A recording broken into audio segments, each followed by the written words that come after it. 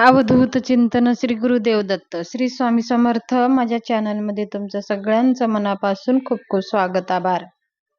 चला तर मग आज आपला विषय आहे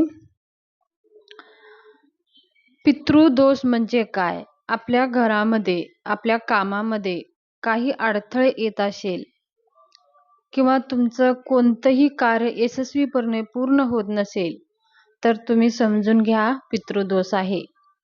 तुमची कुंडली एखादी पंडिताकडून जाणून घ्या आणि तुमच्या कुंडलीमध्ये पितृदोष आहे का पहा. आणि पितृदोष असेल तर घाबरायची काहीच कारण नाही. पितृदोष निवारण करता येतो. पितृदोष काही उपाय शांती करून पितृदोष नाहीसा करता येतो. पितृदोष असेल तर आपल्याला खूप काही असे आपल्या जीवनामध्ये समस्या येतात.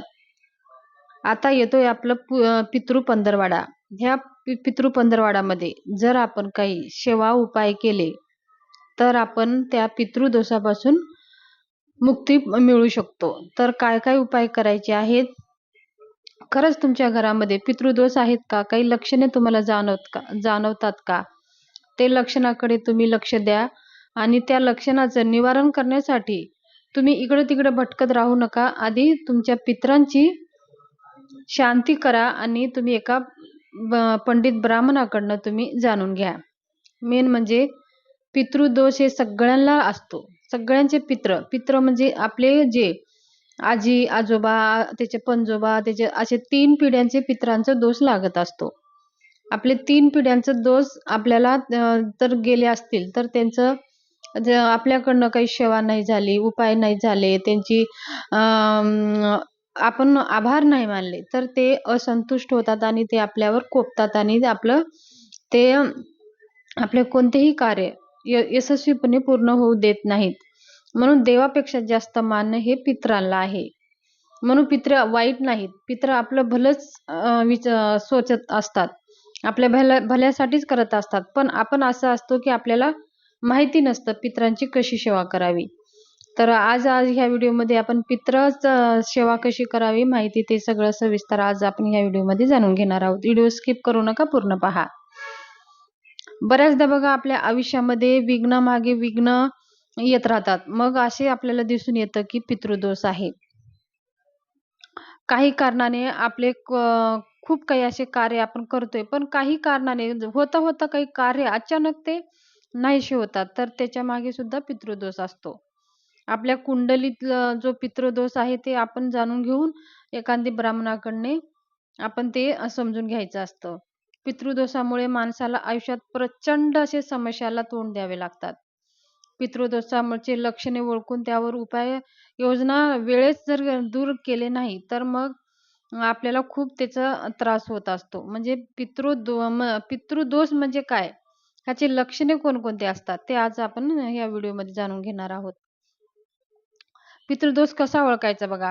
असा मानले जाते की व्यक्तीच्या मृत्यूनंतर त्यांचे अंतिम संस्कारचे नियम आणि विधीनुसार केले गेले नाही तर मग एखाद्या अकाली मृत्यू झाल्यानंतर सुद्धा त्यांच्याशी संबंधित कुटुंब आणि सदस्यांनी अनेक पिढ्यांना पितृदोषाचा सामना आपल्याला करावा लागतो.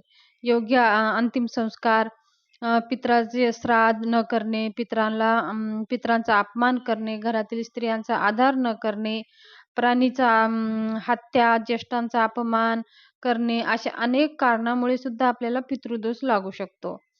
पितृदोषाची लक्षणे बघा. बऱ्याचदा आयुष्यात येणारे विघ्नामागे पितृदोष असू शकतात. विघ्नामागे विघ्न जर आपल्याकडे येत असेल तर ह्याच्यामुळे सुद्धा आपल्या घरामध्ये पितृदोष असू शकतो. म्हणून जीवनात काही चांगले घडत नसेल तर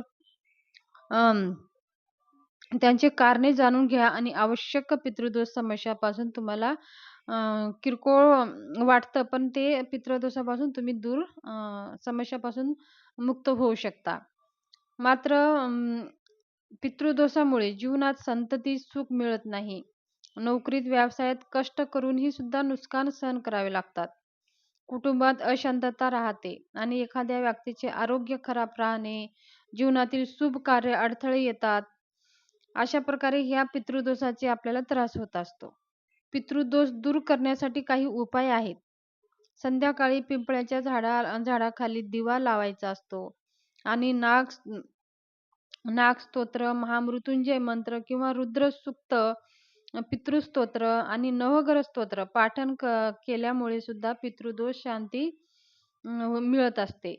आपल्या इष्टदेवताची, कुलदेवताची रोज पूजा करा आणि असे केल्याने सुद्धा पितृदोष नाहीसा होऊ शकतो. भगवान विष्णूचा मंत्राचा जप करा आणि श्रीमद भागवत गीतेचा पाठ करा आणि त्यामुळे पितरांची शांती होत असते आणि दोष आपल्या कुंडलीतून कमी होत असतो. पितृदोषापासून मुक्ती मिळण्यासाठी महामृत्युंजय मंत्राचे भगवान शिवाला अभिषेक केल्याने आणि घराच्या दक्षिणेकडील भिंतीला आपल्या नातेवाईकाकडे फोटो लावा आणि त्यांना रोज नमस्कार करा आणि असे केल्याने सुद्धा पितृदोषापासून मुक्ती मिळते. रोज नियमितपणे हनुमान चालिसाचा पाठ करा. हनुमान चालिसाचा पाठ केल्याने सुद्धा हनुमानजीच्या विशेष आशीर्वाद मिळतो. आणि गरजू किंवा ब्राह्मणाला दान, नातेवाईकांच्या मृत्यू तिथीला अन्नदान करायचं आणि नातेवाईकाच्या आवडीनुसार जेवण बनवायचं म्हणजे पितृदोष नाहीसा होतो. श्राद्ध करणे, पितृपक्षामध्ये दररोज पितृकवच पाठन केल्याने सुद्धा पितृशांती होत असते. पितृकवच हे तुम्हाला कुठं बी छोटीशी एक पुस्तक भेटून जाईल.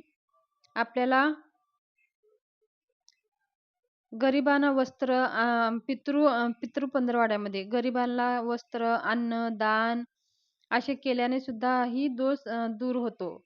दुपारी पिंपळाच्या झाडावर पाणी, फुले, अक्षदा, दूध, गंगाजल, काळे तीळ अर्पण करून आणि स्वर्गीय नातेवाईक जे आपले नातेवाईक गेलेले आहेत त्यांचं स्मरण करून दिवा लावल्याने आशीर्वाद मागितल्याने त्यांचा आपल्याला आशीर्वाद भेटत असतो. पूर्वजनाच्या नावाने फलदायी सावलीचे झाडे लावा आणि यामुळे सुद्धा पितृदोष कमी होऊ शकतो. पितृदोष नष्ट करण्यासाठी पितृपंधरवाड्यामध्ये 1 वाटी दही भात शिजवायचा आहे. त्याच्यावरती 1 चमच दही आणि थोडेसे काळे तीळ ठेवून जर आपण ह्या पितृपंधरवाड्यामध्ये वरती आपल्या डोक्याच्या वरती म्हणजे गच्चीवर अशा ठिकाणी किंवा पत्रावर अशा ठिकाणी जर आपण ते दही भात ठेवून जर कावळ्याने जर ते दही भात खाल्ले तरीही आपले पित्र संतुष्ट होतात आणि पितृदोष नाहीसा होतो. आणि बघा ह्या पितृपंधरवाड्यामध्ये कावळ्याच्या आत्म्यामध्ये आपले पित्र आपल्या घरी येत असतात. बघा देवांना हजारो लोक पूजत असतात. हजारो लोक देवांना काही ना काही अर्पण करत असतात. पितृदेव असा असतो की तो आपणच त्यांना काही वस्तू अर्पण करायचे असतात, त्यांचं स्मरण करायचं असतं आणि त्यांना संतुष्ट करण्यासाठी हे एकच परिवार असतो.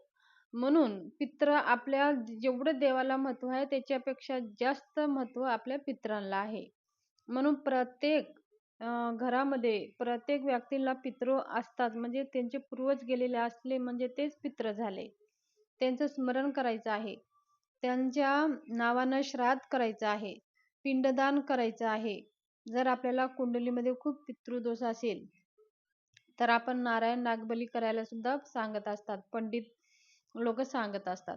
अशा प्रकारे आपले दोषाचं नाहीसं आपल्याला करायचं आहे. म्हणून पंधरवाड्यामध्ये आपल्याला पितृकवच, पितृसूक्त, त्याचबरोबर दही भाताचं नैवेद्य कावळ्यांना खाऊ घालायचं आहे आणि ह्या सगळ्या उपाय आपल्याला करायचे आहे आणि श्राद्ध करायचं आहे, गोरगरिबाला दान द्यायचं आहे. ह्या सगळ्या गोष्टी करा. तुम्ही कितीही प्रखर पितृ असू द्या, तुमचे पितृदोष नाहीसं होतोच होतो. आणि हे पित्र काही आपले वाईट नाहीत, आपलेच आहेत, आपलेच पूर्वज असतात. हे आपल्यावरच अपेक्षा त्यांची असते. म्हणून आपणच त्यांची सेवा करायची असते. आपण जर नाही केलं तर ह्या सगळ्या समस्याला आपल्याला समोर जावे लागतात. संतान प्राप्तीमध्ये, लग्नामध्ये, व्यवसायामध्ये, नोकरीमध्ये आपली प्रगती होत नाही. ह्या सगळ्या गोष्टीमध्ये आपल्या अडथळे पाहायला भेटत असतात. म्हणून आपले पित्र संतुष्ट होणं हे खूप गरजेचं आहे.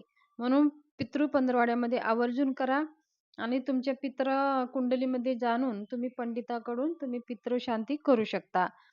तर ही पितृदोषाविषयी माहिती शेअर करायची होती. माहिती कशी वाटली, आवडली असेल तर चॅनलला शेअर करा, सबस्क्राईब करा, लाईक करा धन्यवाद. शुभ दिवस जावो.